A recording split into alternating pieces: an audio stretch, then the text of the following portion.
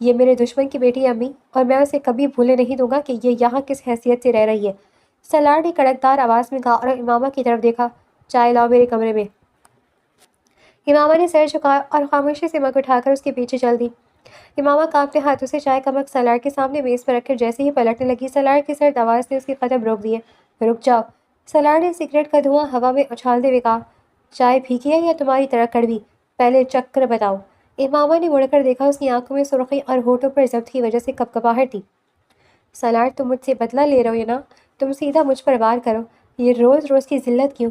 سالار bed سے اٹھا اور اس کے بالکل قریب آ کر کھڑا ہو گیا۔ اس کا قد امامہ سے کہیں لمبا تھا، جس کا دباؤ امامہ خوف محسوس کر سکتی تھی۔ ذلت؟ امامہ یہ تو صرف وہ تکلیف ہے جو تمہیں دکھائی دے رہی ہے، اس درد کا کیا جو تمہارے باپ نے میرے خاندان کو 20 سال تک دیا؟ میرے بابا نے ایسا کچھ نہیں کیا۔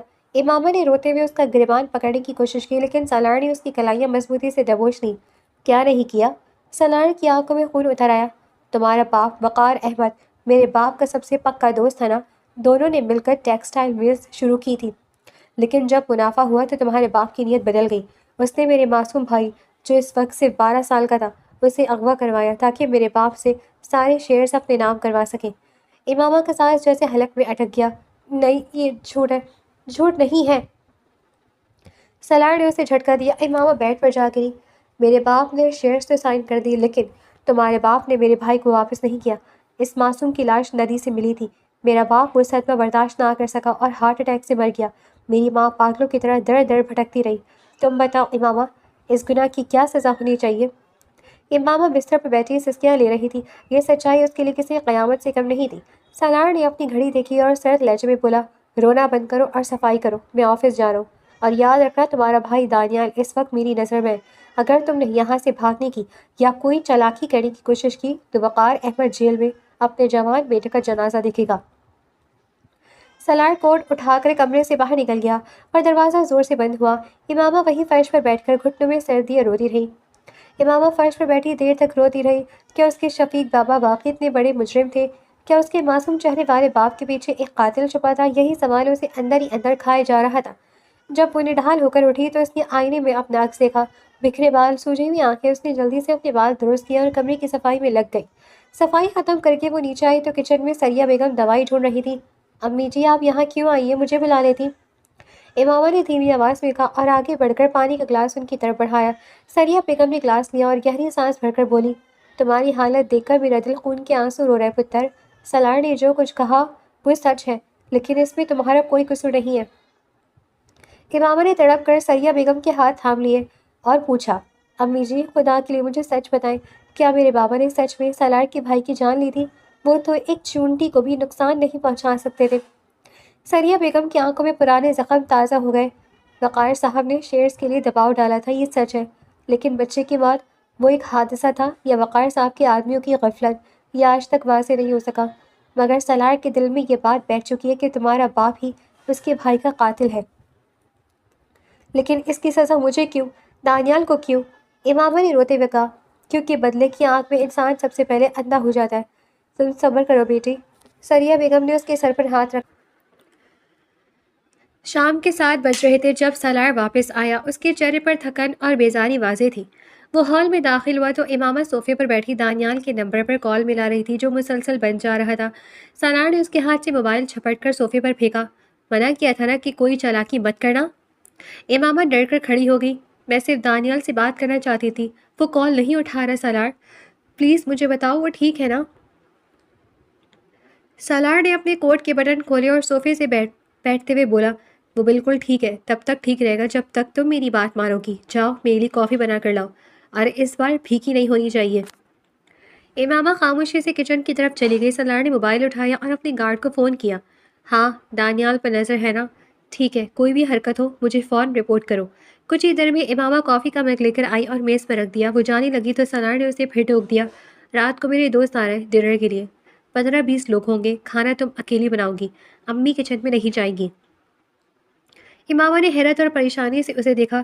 اتنے لوگوں کا کھانا میں اکیلی اتنی جلدی کیسے بناؤں گی؟ یہ تمہارا مسئلہ، میرا نہیں۔ اگر آج 9:30 بجے تک کھانا تیار نہ ہوا تو پھر اپنے بھائی کی خیر منانا۔ سالار نے کافی کا مگ اٹھاتے ہوئے کہا، کچن میں وہ جلدی جلدی پیاز کاٹ رہی تھی اور اس کی آنکھوں سے آنسو بہہ رہے تھے۔ سریہ بیگم نے کچن میں آنے کی کوشش کی لیکن سالار نے انہیں ہال میں ہی روک دیا۔ امی آپ کمرے میں جائیں، یہ میرا اور اس کا معاملہ ہے، سالار نے سخت لہجے میں کہا۔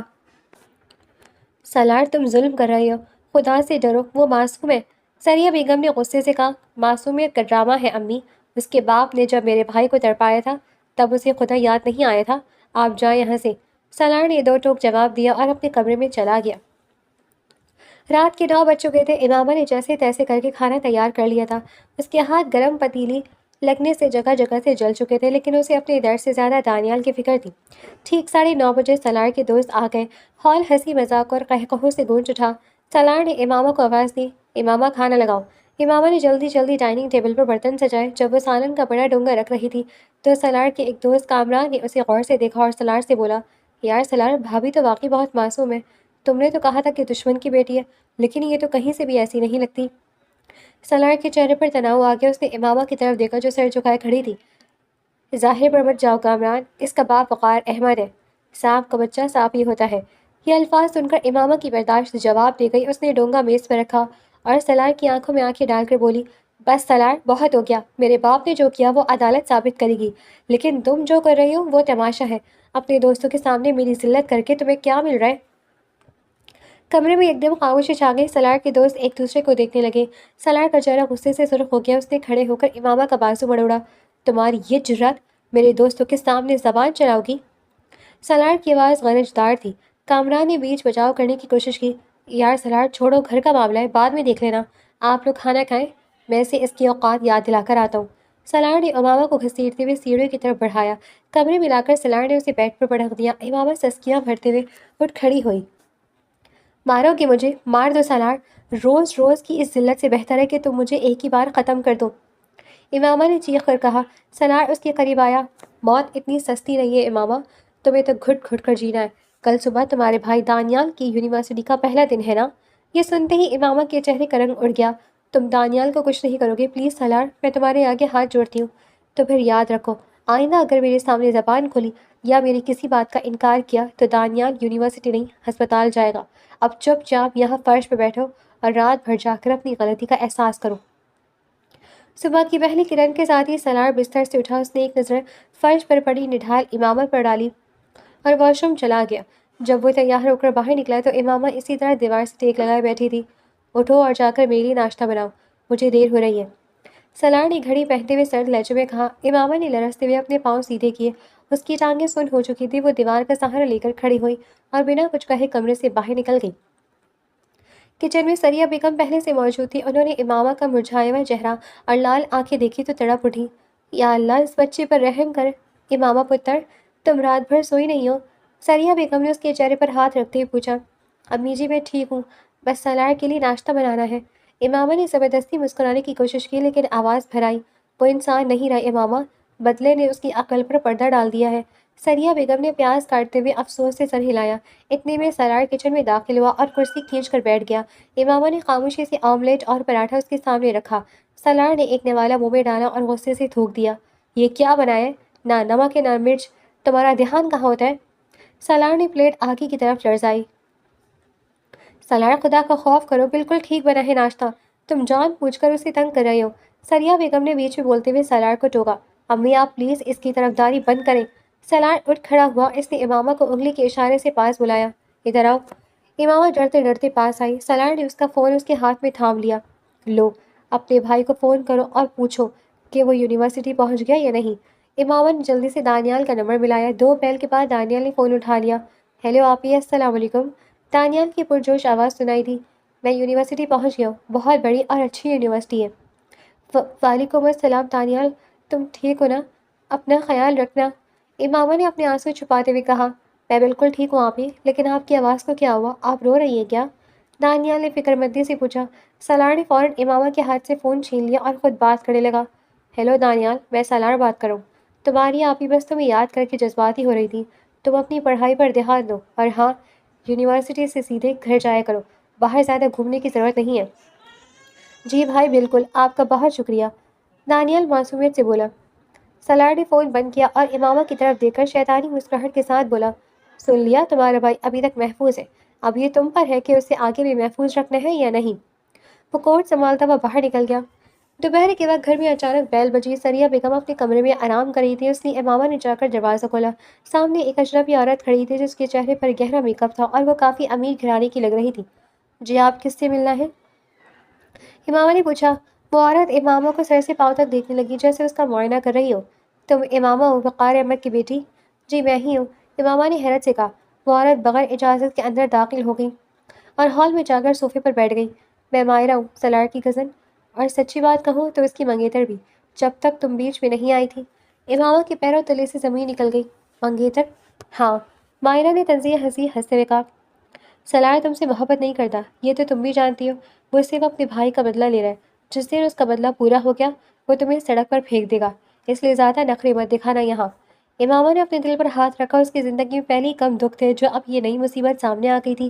مجھے سلار سے کوئی ہمدردی نہیں ہے اور نہ ہی میں یہاں اپنی مرضی سے آئی ہوں۔ آپ پلیز یہاں سے چلی جائیں۔ جاؤں گی تو میں اپنی مرضی سے، مائرہ نے کھڑے ہو کر امامے کے قریب آ کر کہا۔ بس یہ یاد دلانے آئی تھی کہ اپنی اوقات مت بھولنا، تم یہاں سے ایک قیدی ہو، اس سے زیادہ کچھ نہیں۔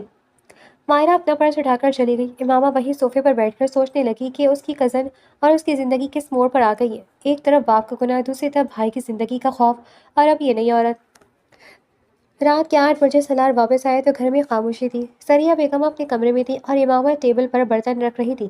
سلار ہال میں آیا اور صوفے پر بیٹھ گیا۔ مائرہ آئی تھی آج یہاں پر؟ سلار نے اچانک پوچھا۔ امامہ کے ہاتھ رک گئے۔ جی آئی تھی۔ کیا کہا اس نے؟ سلار نے اس کے چہرے کے تاثرات پڑھنے کی کوشش کی۔ انہوں نے کہا کہ میں یہاں سے بھی ایک قیدی ہوں اور آپ کا بدلہ پورا ہوتے ہی آپ مجھے چھوڑ دیں گے۔ امامہ نے صوفے پر پڑے سلار کی کوٹ کو اٹھاتے ہوئے دھیمی آواز میں کہا۔ سلار اگر یہی سچ ہے تو وہ دن کب آئے گا؟ آپ کا بدلہ کب پورا ہوگا؟ سلار اٹھ کر اس کے بالکل قریب آیا اور اس کی ٹھوری پکڑ کر اپنا چہرہ اس کے قریب کیا۔ جس دن تمہارا باپ جیل میں سڑ سڑ کر مر جائے گا اور تمہارا یہ معصوم بھائی سڑکوں پر بھیک مانگے گا، اس دن میرا بدلہ پورا ہوگا۔ تب تک تمہیں روز مرنا ہوگا، ہر پل مرنا ہوگا۔ امامہ نے اس کا ہاتھ اپنے چہرے سے ہٹایا۔ اس بار اس کی آنکھوں میں خوف نہیں بلکہ ایک عجیب سا عزم تھا۔ سلار، میرے بابا مجرم ہے یا نہیں یہ فیصلہ اللہ کرے گا، لیکن یاد رکھنا جو ظلم تم میرے اور میرے معصوم بھائی پر کر رہے ہو اس کا حساب بھی تمہیں دنیا میں دینا پڑے گا۔ اللہ کی لاٹھی بے آواز ہے۔ سریہ امی کہتی ہیں کہ وہ ایک حادثہ تھا۔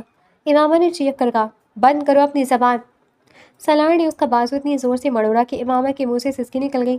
میری ماں کا دل نرم ہے، وہ وقار احمد کی باتوں میں آ گئی تھی، لیکن میں نہیں۔ میرے پاس ثبوت ہے کہ تمہارے باپ کے آدمیوں نے میرے بھائی کو مارا، تو پھر مجھے کیوں سزا دے رہے ہو؟ امامہ رو پڑی۔ میرا کیا قصور ہے؟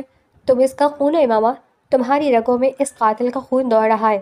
جب تم تڑپتی ہو تو مجھے لگتا ہے کہ وقار احمد تڑپ رہا ہے۔ سلار نے اسے جھٹکے سے پیچھے دھکیلا۔ کل صبح میرے آفس چلو گی، وہاں تمہیں معلوم ہوگا کہ دشمنی کی بیٹی کے ساتھ کیا سلوک کیا جاتا ہے۔ امامہ نے حیرت سے اسے دیکھا۔ آفس؟ میں وہاں کیوں جاؤں؟ کیونکہ اب سے تم میری پرسنل اسسٹنٹ ہو، بغیر کسی تنخواہ کے۔ میں تمہیں اپنی نظروں سے دور نہیں کرنا چاہتا۔ مجھے دیکھنا ہے کہ تم کتنے دن میرا یہ ٹارچر برداشت کرتی ہو۔ سلار نے اپنے فون اٹھایا اور اپنے کمرے کی طرف بڑھ گیا۔ امامہ کچن کے دروازے سے ٹیک لگا کر فرش پر بیٹھ گئی۔ اگلے دن دوپہر کے وقت سلار کسی میٹنگ کے سلسلے میں آفس سے باہر گیا تو امامہ نے اس کے موقع کا فائدہ اٹھایا۔ اس کا دل اپنے بابا سے ملنے کے لیے تڑپ رہا تھا۔ وہ چھپتی چھپاتی ڈرتے ہوئے سینٹرل جیل پہنچی۔ جب سلاخوں کے پیچھے سے وقار احمد کمزور اور نڈھال قدموں کے ساتھ اس کے سامنے آئے تو امامہ کا ضبط ٹوٹ گیا۔ بابا، میرے پیارے بابا، امامہ نے لوہے کی سلاخوں میں انگلیاں پھنسا کر روتے ہوئے کہا۔ وقار احمد نے کانپتے ہاتھوں سے بیٹی کے آنسو صاف کرنے کی کوشش کی۔ امامہ میری بچی، تم یہاں؟ سلار تمہیں تنگ تو نہیں کر رہا؟ دانیال کیسا ہے؟ بابا دانیال ٹھیک ہے، لیکن آپ بتائیں کہ آپ کی یہ حالت کیسے ہو گئی؟ امامہ نے سسکیاں لیتے کہا۔ بابا خدا کے لیے مجھے سچ بتا دیں، سلار جو کہتا ہے کیا وہ سچ ہے؟ کیا آپ نے سچ میں؟ وہ اپنی زبان پر لفظ قتل کا نہ لا سکی۔ وقار احمد کی آنکھوں سے پیشوانی کے آنسو بہہ نکلے۔ میں گنہگار ہوں امامہ، لیکن قاتل نہیں ہوں۔ لالچ نے میری عقل پر پردہ ڈال دیا تھا۔ میں نے اپنے دوست کو دھوکہ دیا، اس کے بچے کو اغوا بھی کروایا تاکہ شیئرز اپنے نام کروا سکوں، لیکن میرا مقصد اس بچے کو مارنا نہیں تھا۔ وہ لڑکا میرے آدمیوں کی قید سے بھاگتے ہوئے ندی میں گر گیا تھا۔ مجھے معاف کر دو میری بچی، میری وجہ سے تم دونوں بہن بھائی اس عذاب میں ہو۔ امامہ کا سر چکرا گیا۔ سچائی اتنی ہولناک تھی کہ اس کے پاؤں نے زمین چھوڑ دی۔ بابا آپ نے کیا کیا؟ سالار کا پورا خاندان اجڑ گیا آپ کی وجہ سے۔ مجھے معلوم ہے امامہ، اس لیے میں اس قید کو اپنی سزا سمجھ کر کاٹ رہا ہوں، لیکن سالار سے کہو کہ وہ تمہیں اور دانیال کو چھوڑ دے، تمہارا کوئی قصور نہیں ہے۔ وقار احمد نے روتے ہوئے ہاتھ جوڑے۔ اب بہت دیر ہو چکی ہے بابا، ہم سب اس آگ میں جل رہے ہیں جو آپ نے لگائی تھی۔ امامہ نے آخری بار اپنے بابا کا وہ چہرہ دیکھا جس پر اب سے پچھتاوا تھا، اور واپس آفس کی طرف لوٹ آئی۔ آفس پہنچتے امامہ جیسے ہی اپنی سیٹ پر بیٹھی، سالار پہلے سے وہاں موجود تھا اور اس کا چہرہ غصے سے دہک رہا تھا۔ کہاں گئی تھی تم؟ سالار نے اس کا بازو پکڑ کر جھٹکا دیا۔ میں میں بس نیچے پانی لینے گئی تھی۔ امامہ نے جھوٹ بولا، اس کی آواز کانپ رہی تھی۔ مجھ سے جھوٹ مت بولو۔ سالار نے ایک لفافہ میز پر پرکھا جس میں امامہ کی جیل کے باہر کی تصویریں تھیں۔ میرے گارڈز کی نظر سے تم نہیں بچ سکتی۔ اپنے مجرم باپ سے ملنے گئی تھی نا؟ کیا کہا تھا تمہارے اس فرشتے صفت باپ نے؟ امامہ نے ہمت جمع کی اور اس کی آنکھوں میں دیکھا۔ ہاں گئی تھی میں۔ انہوں نے مانا کہ وہ گنہگار ہیں، انہیں اپنے کیے پر پچھتاوا ہے، لیکن سالار وہ قاتل نہیں ہے، وہ ایک حادثہ تھا۔ حادثہ تھا؟ سالار نے قہقہہ لگایا جس میں درد اور نفرت جھلکتی تھی۔ میرا 12 سال کا بھائی مر گیا اور تمہارے لیے وہ صرف ایک حادثہ تھا؟ چلو اب تمہیں تمہارے باپ کے اس اعتراف کی قیمت چکانی ہوگی۔ اب تم کیا کرو گے سالار؟ امامہ نے ڈرتے ہوئے پوچھا۔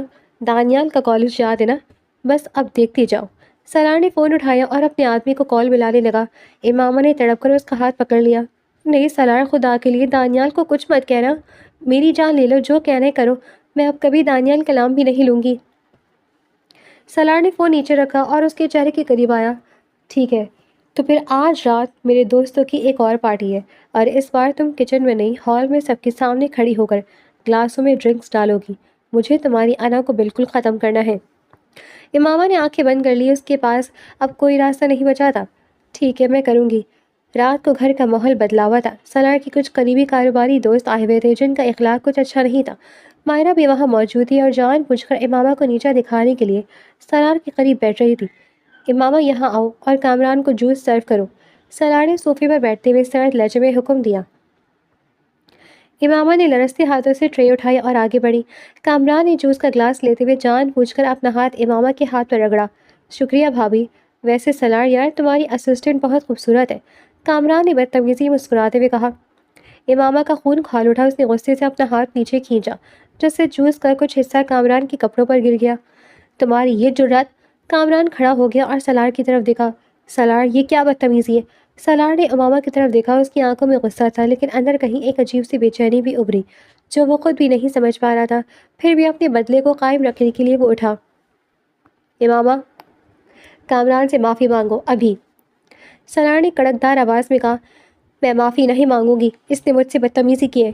امامہ نے روتے ہوئے لیکن مضبوط آواز میں کہا۔ میں نے کہا معافی مانگو۔ سالار نے اس کا ہاتھ زور سے دبوچا۔ سالار چھوڑو اسے۔ سریہ بیگم جو کب سے یہ سب دیکھ رہی تھی اب صوفے سے اٹھ کھڑی ہوئی۔ تم جوان جہاں دوستوں کے سامنے اپنی بیوی کی تذلیل کر رہے ہو، تمہیں شرم نہیں آتی؟ وقار احمد نے جو کیا وہ عدالت دیکھے گی، لیکن تم جو کر رہے ہو وہ ایک گھٹیا انسان کی نشانی ہے۔ امی آپ بیچ مت آئیں۔ سالار نے غصے سے کہا۔ میں آؤں گی، اگر آج تم نے اپنی حد پار کی تو میرا اور تمہارا رشتہ ختم۔ سریہ بیگم نے صاف لفظوں میں کہہ دیا۔ ماہرہ نے موقع پا کر بات کو مزید بڑھایا۔ خالہ جان، آپ کیوں اس قیدی کی طرف داری کر رہی ہیں؟ سالار جو کر رہا ہے اپنے بھائی کا بدلہ لے رہا ہے۔ تم چپ رہو ماہرہ، تو تمہیں تو بس تماشا دیکھنا ہے۔ سریہ بیگم نے ماہرہ کو جھاڑا اور امامہ کا ہاتھ پکڑ کر اسے کمرے کی طرف لے گئیں۔ دوست بھی ماحول خراب ہوتے دیکھ کر آہستہ آہستہ وہاں سے چلے گئے۔ کمرے میں آ کر امامہ بستر پر بیٹھ کر پھوٹ پھوٹ کر رو دی۔ سریہ بیگم نے اسے اپنے سینے سے لگا لیا۔ امی جی، میں اب مزید یہ سب برداشت نہیں کر سکتی۔ میرے بابا نے غلط کیا تھا، میں مانتی ہوں، لیکن دانیال تو معصوم ہے نا، سالار اسے مار دے گا۔ کچھ نہیں ہوگا دانیال کو، میں اپنے جیتے جی سالار کو کسی کی جان لینے نہیں دوں گی، تم حوصلہ رکھو پتر۔ سریہ بیگم نے اس کے آنسو پوچھے۔ تھوڑی دیر بعد سالار کمرے میں داخل ہوا، اس کا چہرہ اب بھی غصے سے سرخ تھا۔ سریہ بیگم نے اسے دیکھا اور بغیر کچھ کہے کمرے سے باہر نکل گئی، لیکن جاتے جاتے دروازہ کھلا چھوڑ گئی جیسے وہ سالار پر نظر رکھنا چاہتی ہوں۔ سالار امامہ کے سامنے آ کر کھڑا ہو گیا۔ تم نے آج میری ماں کو میرے خلاف کر دیا، کیا جادو کیا ہے تم نے ان پر؟ میں نے کوئی جادو نہیں کیا سالار، وہ ایک ماں ہے اور وہ دیکھ رہی ہیں کہ ان کا بیٹا کس طرح ایک درندہ بنتا جا رہا ہے۔ امامہ نے بستر سے اٹھتے ہوئے کہا۔ درندہ؟ ہاں میں ہوں درندہ، اور یہ درندہ تبھی شانت ہوگا جب تمہارا خاندان برباد ہو جائے گا۔ کل دانیال کا رزلٹ آ رہا ہے نا، میں نے یونیورسٹی کے ہیڈ سے بات کر لی ہے، اس کا ایڈمیشن کینسل ہو رہا ہے۔ سالار نے ایک نئی چال چلی، امامہ کے پاؤں تلے سے جیسے زمین نکل گئی۔ دانیال کی پڑھائی ہی اس کی آخری امید تھی۔ نہیں سالار، ایسا مت کرنا، اس کا کریئر تباہ ہو جائے گا، وہ مر جائے گا۔ تو مرنے دو، میرا بھائی بھی تو مر گیا تھا نا، سالار نے صفاقی سے کہا۔ امامہ نے بغیر سوچے سمجھے سالار کے پیر پکڑ لیے۔ میں تمہارے آگے ہاتھ جوڑتی ہوں، پیر پکڑتی ہوں سالار، دانیال کو پڑھنے دو، تم جو کہو گے میں کروں گی، تم مجھے مارنا چاہتے ہو تو مار دو، لیکن میرے بھائی کا مستقبل برباد مت کرو۔ سالار نے نیچے دیکھا، امامہ اس کے پیروں میں بیٹھی رو رہی تھی، اس کے نازک ہاتھ اس کے پھوٹوں کو چھو رہے تھے۔ سالار کے دل میں ایک دم سے کچھ ٹوٹا، ایک عجیب سی تکلیف ہوئی جسے وہ تسلیم نہیں کرنا چاہتا تھا۔ اس نے صدمے اور غصے کے ملے جلے تاثرات کے ساتھ اپنا پیر پیچھے کھینچا۔ اٹھو یہاں سے اور میرے سامنے سے ہٹ جاؤ، سالار نے منہ موڑتے ہوئے کہا۔ امامہ فرش پر ہی بیٹھ کر سسکیاں لینے لگی۔ سالار کمرے سے نکل کر بیلکنی میں چلا گیا اور ایک کے بعد ایک سگریٹ سلگانے لگا۔ اس کا بدلہ پورا ہو رہا تھا۔ امامہ روز تڑپ رہی تھی، لیکن اس کے اپنے دل کو سکون کیوں نہیں مل رہا تھا؟ وہ جتنا امامہ کو تکلیف دیتا، خود اندر سے اتنا ہی بے چین ہو جاتا۔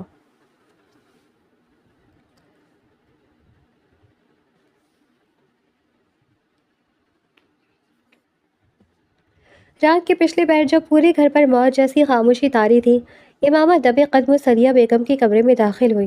ثریا بیگم جہاں نماز پر بیٹھی تسبیح پڑھ رہی تھی، امامہ نے جا کر ان کے گھٹنوں پر سر رکھ دیا اور پھوٹ پھوٹ کر رو پڑی۔ امی جی مجھے معاف کر دیں، لیکن میں اب یہاں اور نہیں رہ سکتی، میرے اندر اب مزید ذلت سہنے کی ہمت نہیں رہی، امامہ نے سسکیاں لیتے ہوئے کہا۔ ثریا بیگم نے ایک تسبیح ایک طرف رکھی اور تڑپ کر اسے اپنے سینے سے لگا لیا۔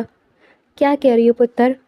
اگر تم چلی گئی تو سالار دانیال کو نقصان پہنچائے گا، وہ پاگل ہو چکا ہے۔ نہیں امی جی، میں دانیال کو اپنے ساتھ لے جا رہی ہوں، میں نے سب سوچ لیا ہے، ہم کسی ایسے شہر چلے جائیں گے جہاں سالار کا سایہ بھی ہمیں نہ ڈھونڈ سکے، بس آپ مجھے اجازت دے دیں اور دعا کریں کہ میں اپنے بھائی کی زندگی بچا سکوں۔ امامہ نے التجا بھری نظروں سے انہیں دیکھا۔ ثریا بیگم کی آنکھوں سے آنسو بہنے لگے۔ وہ جانتی تھی کہ ان کا بیٹا امامہ پر ظلم کر رہا ہے۔ انہوں نے امامہ کے سر پر ہاتھ رکھا اور اپنے گلے کا سونے کا ہار اتار کر اس کے ہاتھ میں تھما دیا۔ یہ رکھ لے پتر، برے وقت میں کام آئے گا، جا، اللہ پاک تیرا اور دانیال کا حامی و ناصر ہو، میں سالار کو سنبھال لوں گی۔ امامہ نے روتے ہوئے ثریا بیگم کے ہاتھ چومے اور چادر اوڑھ کر پچھلے دروازے سے نکل گئی۔ وہ سیدھی دانیال کے ہاسٹل پہنچی۔ رات کے اس وقت اپنی بہن کو یوں خوفزدہ حالت میں دیکھ کر دانیال گھبرا گیا۔ آپ ہی کیا ہوا؟ آپ اس وقت یہاں کیوں آئی ہیں اور آپ کے ہاتھ کیوں کانپ رہے ہیں؟ دانیال نے پریشانی سے پوچھا۔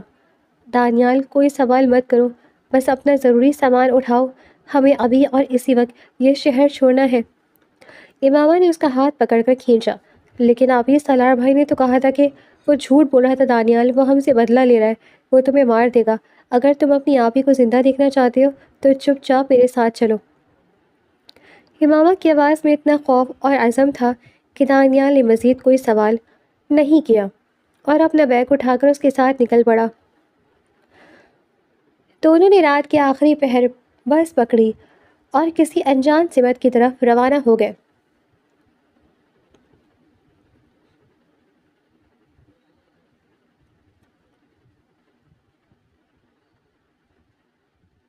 صبح جب سالار کی آنکھ کھلی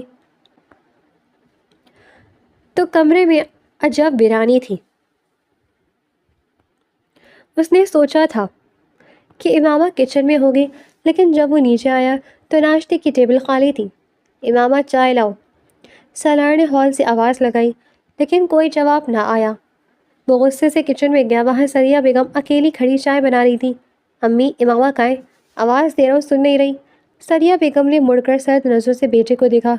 وہ چلی گئی سالار، وہ اس گھر سے بھی چلی گئی اور تیری زندگی سے بھی۔ سالار کا دل جیسے ایک پل کے لیے دھڑکنا بھول گیا۔ کیا مطلب چلی گئی؟ کہاں گئی ہے وہ؟ جہاں بھی گئی ہے اب کبھی واپس نہیں آئے گی۔ تو نے اس معصوم پر اتنے ظلم کیے کہ وہ اپنا گھر بار چھوڑ کر بھاگنے پر مجبور ہو گئی۔ سریہ بیگم نے کڑکدار آواز میں کہا۔ سالار کے چہرے پر ہوائیاں اڑنے لگیں۔ اس نے فوراً اپنا فون نکالا اور گارڈ کو کال کی جو دانیال کے ہاسٹل پر نظر رکھے ہوئے تھا، لیکن وہاں سے معلوم ہوا کہ دانیال رات سے ہی غائب ہے۔ سالار کا غصہ اب خوف میں بدلنے لگا تھا۔ اس نے اپنے سارے آدمیوں کو الرٹ کر دیا، ریلوے اسٹیشن، بس اڈے، ہر جگہ اپنے بندے بھیج دیے، لیکن امامہ اور دانیال کا کہیں سراغ نہ ملا۔ وہ دونوں جیسے ہوا میں غائب ہو چکے تھے۔ پہلا ہفتہ سالار نے غصے اور انتقام کی آگ میں گزارا۔ وہ جہاں بھی جائے گی میں اسے ڈھونڈ نکالوں گا اور اس بار اسے ایسی سزا دوں گا کہ وہ یاد رکھے گی۔ وہ اپنے کیبن میں کھڑا چیخ رہا تھا، لیکن جب دوسرا ہفتہ گزر گیا اور امامہ کا کوئی پتہ نہ چلا تو سالار کے اندر کا غصہ آہستہ آہستہ ایک گہرے قلعہ میں بدلنے لگا۔ اب جب وہ رات کو کمرے میں آتا تو اسے فرش کا وہ کونا دیکھ کر تڑپ اٹھتا جہاں امامہ رات بھر بیٹھ کر روتی تھی۔ اسے چائے کا وہ مگ یاد آتا جب وہ کانپتے ہاتھوں سے رکھتی تھی۔ ایک دن مائرہ اس کے آفس آئی اور بولی، سالار اچھا ہوا وہ مصیبت ٹل گئی، اب تم مجھ سے شادی کی تاریخ پکی کرو۔ سالار نے مائرہ کو دیکھا اور اسے اچانک مائرہ کے چہرے سے گھن آنے لگی۔ چلی جاؤ یہاں سے مائرہ، مجھے کوئی شادی نہیں کرنی۔ لیکن سالار، میں نے کہا باہر نکلو۔ سالار اس زور سے چیخا کہ مائرہ ڈر کر بھاگ گئی۔ اب سالار کا آفس کے کاموں میں دل نہیں لگتا تھا۔ وہ دن بھر گاڑی لے کر شہر کی سڑکوں پر گھومتا رہتا۔ وہ ہسپتالوں، درگاہوں، غریب بستیوں میں جا کر امامہ کا چہرہ ڈھونڈتا۔ اسے اب سمجھ آنے لگا تھا کہ بدلے کی آڑ میں وہ جس لڑکی کو تڑپا رہا تھا، دراصل وہ اس کی روح میں بس چکی تھی۔ وہ نفرت نہیں تھی، وہ تو عشق تھا جو بدلے کے لبادے میں چھپا ہوا تھا۔ اور اب جب وہ چلی گئی تھی تو وہ عشق سالار کو اندر سے کھا رہا تھا۔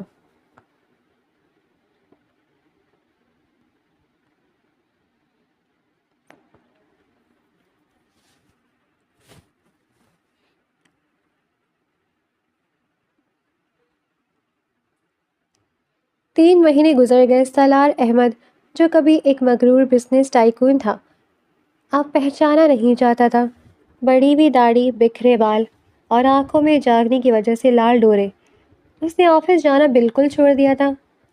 ایک رات وہ شہر کی سب سے بڑی درگاہ کے صحن میں بیٹھا تھا۔ تیز بارش ہو رہی تھی لیکن اسے کوئی ہوش نہیں تھا۔ وہ وہیں فرش پر گھٹنوں کے بل بیٹھ گیا اور آسمان کی طرف منہ کر کے رو پڑا۔ یا اللہ، میں مجرم ہوں، میں نے ایک معصوم پر ظلم کیا، اس کے باپ کا گناہ اس کے سر تھوپا۔ یا اللہ، مجھے میری امامہ لوٹا دے، میں اس سے بدلہ نہیں لینا چاہتا، میں تو اس کے پیروں میں بیٹھ کر معافی مانگنا چاہتا ہوں۔ وہ دھاڑے مار مار کر رو رہا تھا۔ پاس سے گزرتے ہوئے ایک بوڑھے ملنگ نے سالار کی یہ حالت دیکھی تو اس کے قریب آ کر رک گیا۔ اوئے جوان، اللہ سے بندے نہیں مانگتے، اللہ سے اللہ کی رضا مانگتے ہیں۔ جب وہ راضی ہو جاتا ہے تو بچھڑے ہوئے خود ہی مل جاتے ہیں۔ سالار نے تڑپ کر اس فقیر کا دامن تھام لیا۔ بابا دعا کرے وہ مجھے مل جائے، میں مر جاؤں گا اس کے بغیر، میرے دل میں بہت درد ہے بابا۔ فقیر نے مسکرا کر اس کے سر پر ہاتھ رکھا۔ تیرا غرور ٹوٹ گیا دلبر، اب تیرا عشق سچا ہو گیا، جا در در بھٹک، اپنے گناہوں کی معافی مانگ، وہ رحیم ہے، تجھے مایوس نہیں کرے گا۔ وہ قیمتی کپڑے چھوڑ کر سادہ کرتا پہن لیتا اور شہر شہر، درگاہ درگاہ گھومتا۔ لوگ اسے دیکھتے تو کہتے کہ کوئی امیر زیادہ عشق میں پاگل ہو گیا ہے۔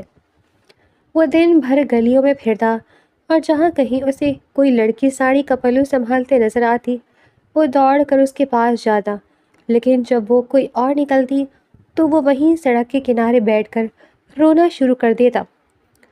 وہ ہر وقت بس ایک ہی ورد کرتا رہتا، یا اللہ امامہ کو سلامت رکھنا، یا اللہ میری امامہ مجھے لوٹا دے۔ سالار کی در بدر خاک چھانتی زندگی کو اب 1 سال ہونے کو آیا تھا۔ وہ لاہور کی سڑکوں، گلیوں اور مزاروں پر ایک زندہ لاش بن کر گھومتا رہا۔ قیمتی برانڈڈ سوٹ چھوڑ کر اب اس کے تن پر ایک عام سا کرتا ہوتا، پاؤں میں ٹوٹی ہوئی چپل اور چہرے پر بڑی ہوئی وحشت زدہ داڑھی۔ لوگ اسے دیکھ کر سائڈ سے گزر جاتے، کچھ اسے سچا عاشق سمجھتے اور کچھ صرف ایک عام سا پاگل۔ اس نے لاہور کا کونا کونا چھان مارا تھا، لیکن امامہ اور دانیال کا کہیں کوئی نشان نہیں تھا۔ وہ بدلے کے جس آنکھ کو سینے میں سلگا رہا تھا اور نکلا تھا، وہ اب پچھتاوے کے جہنم میں بدل چکی تھی۔ درگاہ کے صحن میں رات کے پچھلے پہر جب طوفانی ہوا چل رہی تھی، سالار نے اپنے دونوں ہاتھ آسمان کی طرف اٹھائے۔ اس کے دل سے نکلنے والے الفاظ گہرے، سچے اور پگھلتے ہوئے موم کی طرح تھے۔ یا باری تعالیٰ، یا رحمان و یا رحیم، میں تیرے سامنے اپنے دونوں ہاتھ پھیلائے ایک مجرم کی حیثیت سے کھڑا ہوں۔ میں وہ بدبخت انسان ہوں جس نے تیرے دیے ہوئے اختیار کا غلط استعمال کیا۔ یا اللہ، میں نے بدلے کی آگ میں اندھے ہو کر ایک معصوم لڑکی پر ظلم کیے، جن کی گواہی یہ راتیں اور یہ زمینیں دیں گی۔ یا اللہ، میں نے انسان کو درندگی دکھائی، میں نے اس کے باپ کے گناہوں کا حساب اس معصوم سے لیا جس کا اس دشمنی سے کوئی لینا دینا نہیں تھا۔ اے کائنات کے مالک، میں تو سمجھتا تھا کہ میں اپنے بھائی کا بدلہ لے کر اپنے خاندان کا نام اونچا کر رہا ہوں، لیکن میں تو اپنی ہی روح کا قاتل بن گیا۔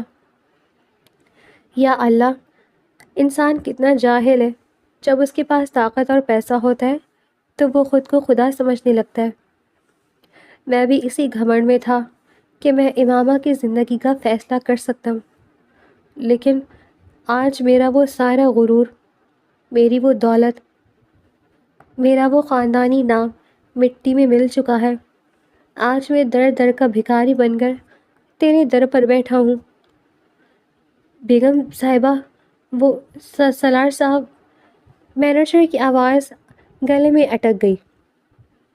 سریہ بیگم کے ہاتھ سے تسبیح چھوٹ کر فرش پر گری۔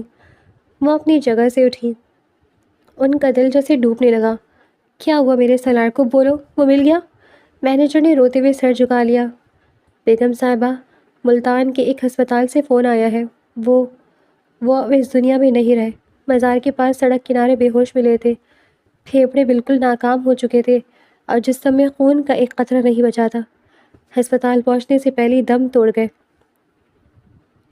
سریہ بیگم نے بغیر کوئی چیخ مارے صوفے کا سہارا لیا۔ ان کی آنکھوں سے آنسوؤں کا سیلاب بہہ نکلا۔